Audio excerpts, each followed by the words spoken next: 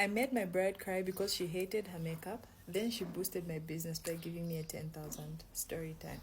So just a disclaimer, I've been putting my disclaimer in writing under my videos, or rather on my videos, but most people haven't been seeing them, so I will just be saying them because most people are assuming that these are my stories. Some are my stories, some are not my stories. So disclaimer, this is not my story. So this bride booked me early on in my journey as a makeup artist, just when I was starting. So I wouldn't even say I was starting at that time because I was still learning and just doing makeup on myself basically. And maybe a few family members who will see you doing makeup maybe at an event, maybe when you have a family wedding, and they say, oh, please do mine, but not any paying clients. Of course, some of my good relatives would pay me when I do their makeup rather, but it wasn't a business just yet. So at one of the weddings that I had done, one of my family members' makeup, this bride liked the makeup. So she asked that relative of mine to give her my contact.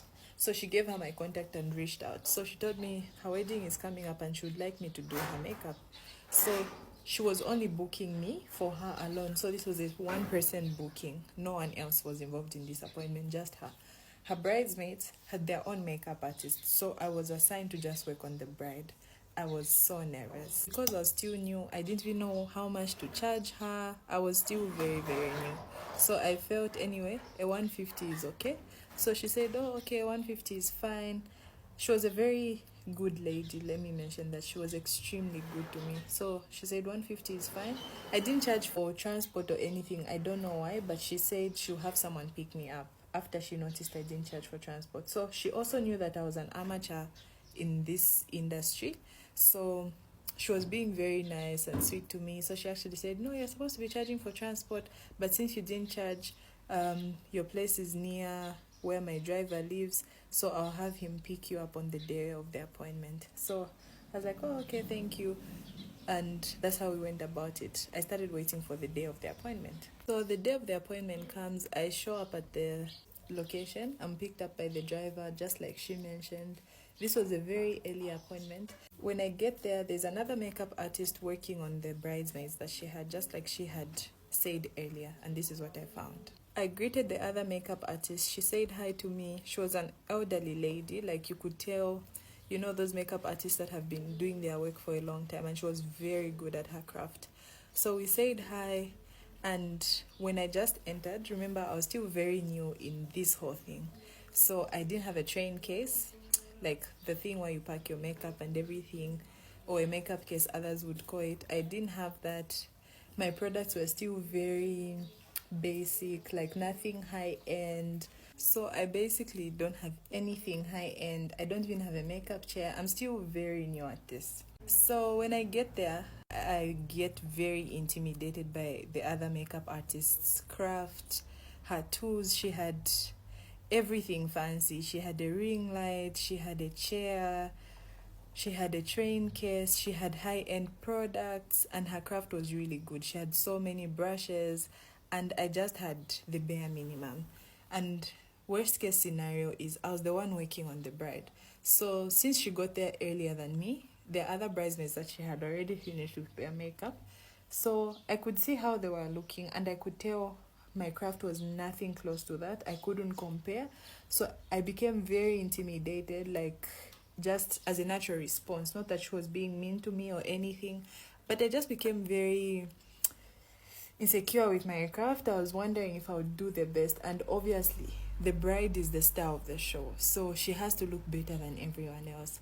So I set up, my things are packed in a backpack. I set them up, I just put them on a table. I don't have a chair, no ring light. So we sit by a window. She sits on a dining chair that was there in the location we're doing the makeup, and I start my makeup. So the bride is very sweet, like I mentioned earlier. I start with the makeup. The appointment is going well, but I'm extremely slow because I'm trying to be as perfect as possible, and the whole time I'm comparing my work to the other makeup artist. Since I was still very much an amateur, when the bride booked me, I asked her to send me a picture of her face without a filter so that I could find the best foundation for her. So even as an amateur, I knew foundation was is one of the main things. So I made sure I had the correct foundation for her. I got a very good foundation. It wasn't too high end, but it wasn't on the lower side of things. It was okay. It was a good brand. I got foundation, and that's all I had that was very good. Thank goodness for the bride. She had no issue sending me her picture because I was scared of alarming her and maybe losing a potential client, but she was very nice. She sent the picture and I managed to get her foundation right. I had a good foundation. So that's the only thing that's keeping me alive in disappointment right now. I start with the makeup. The bride is busy, phone calls and everything. So she's not seeing what I'm doing and there's no mirror. I was sitting by a window. So the whole time I keep constantly looking back to what the other makeup artist is doing because she is so good. Like for an amateur, anyone who's above the level of your craft will seem like a very good makeup artist. So I'm trying to see like maybe if there's something she's doing that I don't know so that I can also do it on the bride because I love how the makeup for the bridesmaids is looking, and the bride is also saying, oh yeah, really good. She's talking to the other makeup artist because obviously she can't compliment me. I'm not yet done with what I'm doing. So it takes me so long to finish the bride's makeup. I think the other makeup artist gets to like bridesmaid number 4 and I was still doing the bride's makeup. I found her, I think, doing bridesmaid number 2, but I was still doing the bride's makeup. I was very slow because I'm new, like I want to be perfect. I don't have a chair, so I'm going really slow. And the whole time I'm comparing myself. At this point, I'm almost done with the bride's makeup. The other makeup artist is on the 4th, concluding. So she notices as I'm almost done, I think I put lipstick and everything, those final touches, and I'm about to give the bride her mirror. So she says, oh no, you can use my setting spray. Set her face so that it will last longer. So I actually appreciate her so much for this because I didn't even have setting spray. So I appreciate her so much for this. She sprays the setting spray on, and then finally I give the mirror to the bride so that she can see herself. And her reaction is not what I'm expecting. She starts to cry. So the naive girl in me is thinking, oh, she likes her makeup that much that she's crying because it looks so good. Because she's like, that type of a reaction. And at this point, I've seen videos because I'm watching a lot of videos to learn about how to do makeup. So I've seen a lot of videos where someone is giving the mirror and they cry. So in my head, I'm like, oh, she probably likes her makeup so much that she's crying. So a few minutes late, like maybe not minutes, a few seconds later, she tells me, as the bride, I'm supposed to look the best, like better than everyone else. And I'm sorry, love, but she was very nice. I'm sorry, love, but I don't really like this. I know you're still learning, but this is for my big day. I can't go out with a face looking like this. So she compliments me on the few things that I've done right. Like she tells me I love the lipstick, I love the eyebrows, but the other things are just not sitting right. Like I didn't know how to contour correctly, I didn't know how to highlight. So she doesn't do makeup, but she just says certain things I don't really like. I can't place a finger on what it is, but there are things that I don't really like. So I'm just like, oh, I'm sorry. And then the other makeup artist chips in because she's hearing our conversation. She's also done with her appointment at this point. So she chips in and says, oh no, I can correct the makeup for you. I'm sure she's still learning, but she's getting good at her craft. So the other makeup artist starts to wipe off the bride's face. Like she just wipes off everything because it's difficult to correct makeup when it has already gone wrong. There are certain things you can correct and then certain things you just have to, redo them. So she starts to wipe off her face and then she sees that I look defeated as well. So she tells me, you can come stand close by so that you learn what I'm doing. Yeah. So she was very nice to me. Like I was actually shocked that someone in the same industry as me, she didn't see me as competition, but she chose to teach me. So she tells me, you can come stand close to me so that you also learn what I'm doing and maybe you see the things that you can improve on as well. So I'm like, oh, thank you. I stand next to her. I'm passing her some of her products so that I can just keep myself useful because at this point I feel very useless. Like I'm looking for where I can start crying at this point. But then the way these people are treating me, I don't even have the heart to start crying because it's so constructive. It's constructive criticism. If you're trying to better to be better at something, you should be willing to get constructive criticism. Yeah, whether good or bad, you should be willing to take it.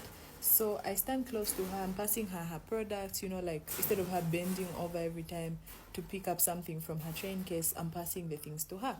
So she does her makeup, she does the bride's makeup, and we're done in no time. She's quick. She's perfected her craft at this point.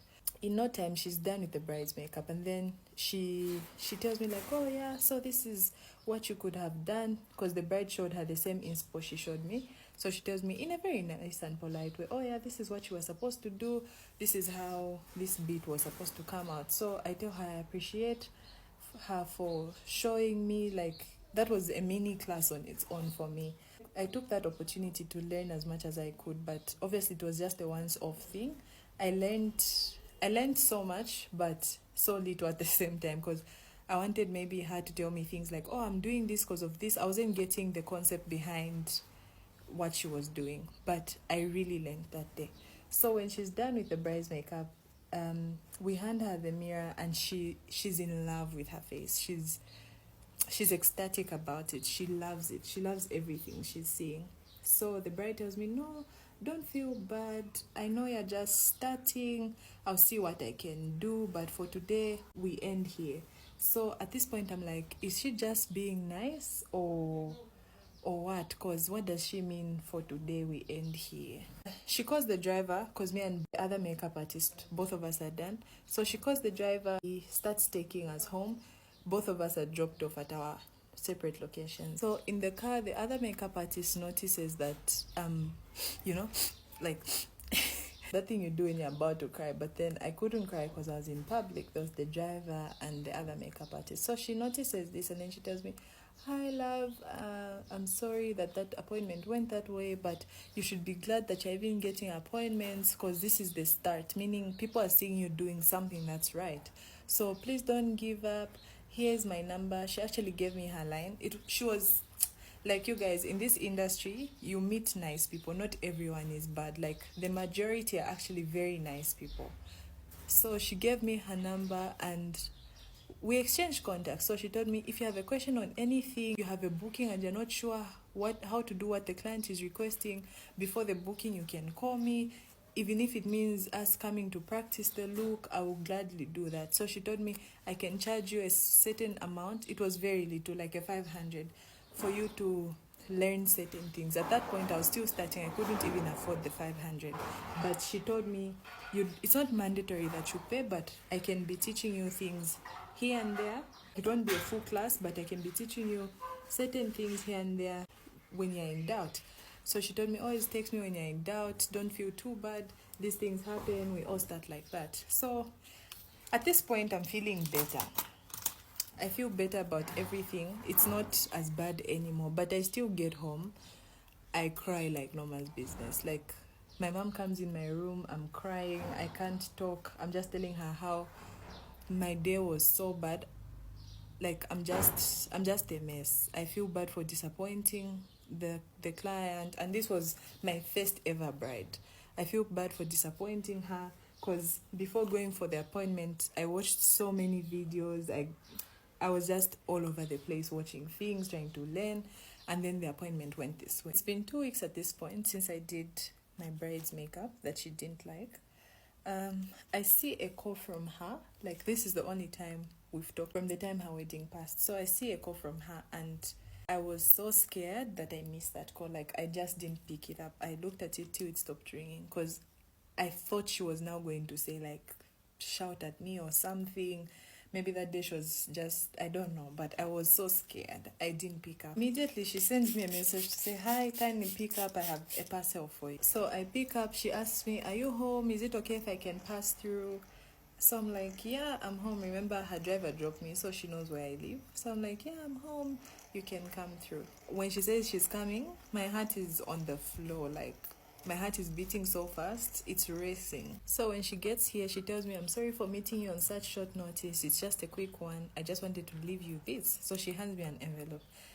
And from what it looks like it's money and it's a bit heavy. Before she's gone, yeah. So I just say, oh, thank you. And then she tells me, please, I want to encourage you that you should continue your business. I don't want to be the reason why you quit doing makeup because I saw you were demoralized. I don't want to be the reason you quit doing makeup. Please continue doing makeup. And here's something to help you with your business. When she goes, I open the envelope. Guys, I'm so shocked. Like, this is the biggest shock of my life. I don't know this woman. The first time I met her was for her wedding. She only knew about me through someone she saw that I had done, and that was my relative. So I opened the envelope and there's a whole 10,000 kwacha. She made sure that she emphasized that I empower myself. So I ended up getting a train case for my makeup. And she also made the joke to say, I noticed you didn't have anywhere to pack your makeup because my makeup was in my backpack when I went to her place.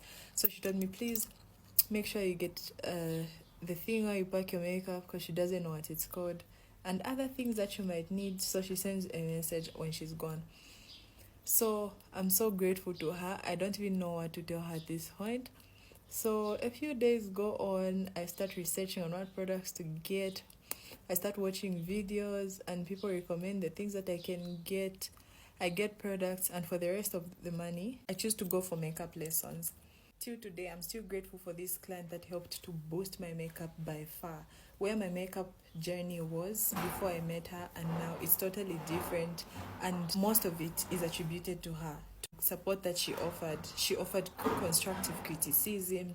She really supported me. She made sure that I didn't quit because of the experience I had with her. She helped me so much, and I'm forever grateful to her. Now I'm a better makeup artist and I know how to do my craft right. Just like in any other walk of life, you meet people that are good and you meet people that are bad. But trust me, the number of good clients that I have met are more than the number of bad clients that I have ever met. The good clients outnumber the bad clients by far.